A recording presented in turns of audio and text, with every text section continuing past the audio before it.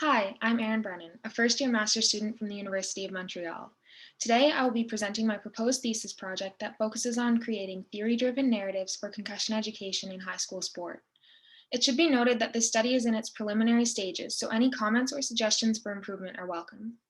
Before we go any further, I would like to thank my supervisor, Dr. Jeff Caron, as well as my advisory committee members, Dr. Lindsay Duncan and Dr. Emily Crocius, for their support in the development of this project.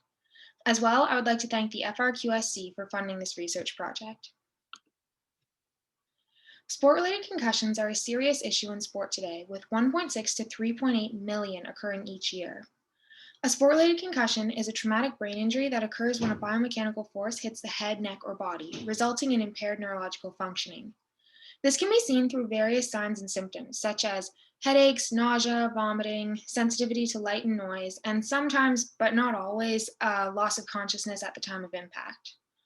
There are many other signs and symptoms that may present themselves, but today I only mentioned a few to give you a better idea of what concussions are.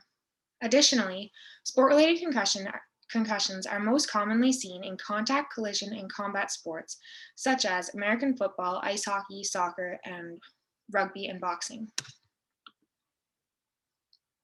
Research has found that high school athletes are at the highest risk of sustaining prolonged symptoms and recovery periods from a sport-related concussion due to the large amount of cognitive maturation that is occurring in their brains at this stage of adolescence. What's worse is that most public high school sports lack the proper resources necessary for adequate recognition and injury and primary assessment of sport-related concussions at the time of injury. It's ironic how one of the highest risk populations for sport-related concussions has one of the least amount of resources needed to recognize, manage, and prevent them. So this is where concussion education comes into play. Concussion education is the dissemination of information regarding prevention, recognition, and management of concussions. Concussion education typically focuses on secondary and tertiary prevention, which is recognition and management after a concussion has already been sustained. Oftentimes, concussion education methods are distributed passively in the form of pamphlets, social media posts, and information on websites and TV public service announcements, while other times concussion education interventions are implemented that focus primarily on symptom identification and reporting, where participants in these interventions are evaluated on the progression of their knowledge on concussions. However, very few of these actually incorporate any type of behavior change theory. And this is problematic because without the use of theory to understand why individuals continue to engage in behaviors that lead to poor management of concussions, they rely on the false premise that knowledge alone will drive behavior change. So because theory has been deemed necessary for effective concussion education efforts, the theory we decided to implement in the creation of our concussion education modality is the behavior change wheel. Created by combining several existing behavior change frameworks into one comprehensive, all-encompassing framework, the behavior change wheel is a relatively new theory that provides researchers with a comprehensive strategy to understand behaviors in specific contexts, all of which is driven by the COM-B model at the center of the wheel. That's this green one right here. Additionally, the behavior change wheel provides researchers with strategies to develop behavioral targets as a basis for intervention design, and these can be seen in the middle and outer ring of the wheel. So the behavior change wheel works by starting at the inside of the wheel and working your way out. The COM-B model is this inner green ring of the wheel that's used to analyze capability, opportunity, and motivation to better understand the targeted behavior. The middle red ring is used to determine intervention functions that should be targeted to perform the desired behavior. And lastly, larger scale intervention options can be found in the outside gray ring of policy categories. Based on the choices made in each ring of the behavior change wheel, a plan of action can be determined for behavior change intervention. The purpose of this project is to develop theory-driven narratives using the behavior change wheel to deliver concussion information to high school athletes and coaches about sport-related concussions. The goal is to provide athletes and members of the high school sport community with relatable examples delivered through narratives that will improve concussion recognition, reporting, and management in high school sport, overall improving secondary and tertiary concussion prevention.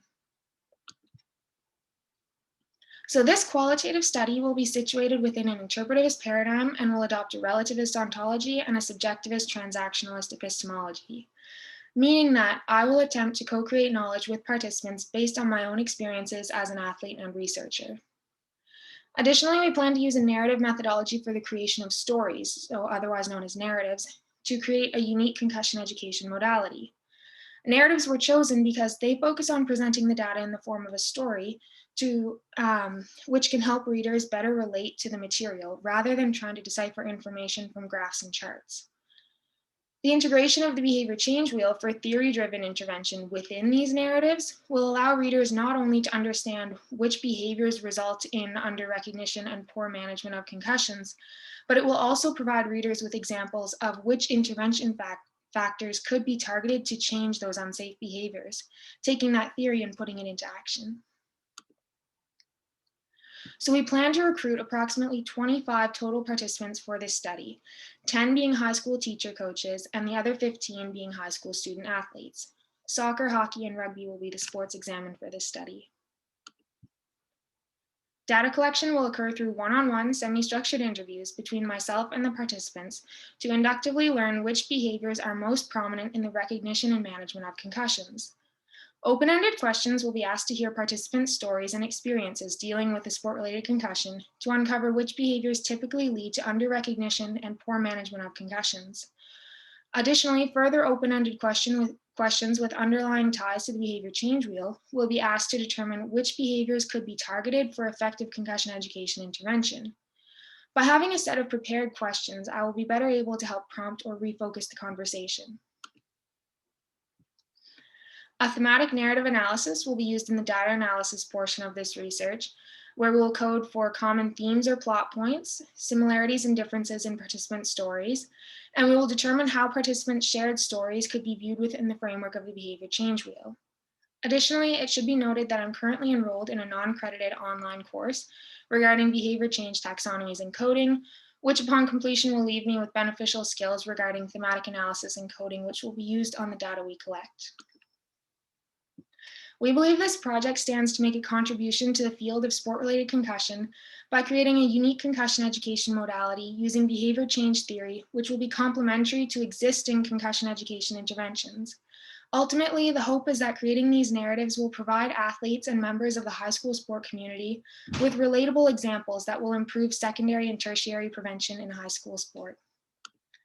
Thank you all for your time. If you have any questions, please feel free to ask them now. Otherwise, my email address is listed at the bottom of this slide.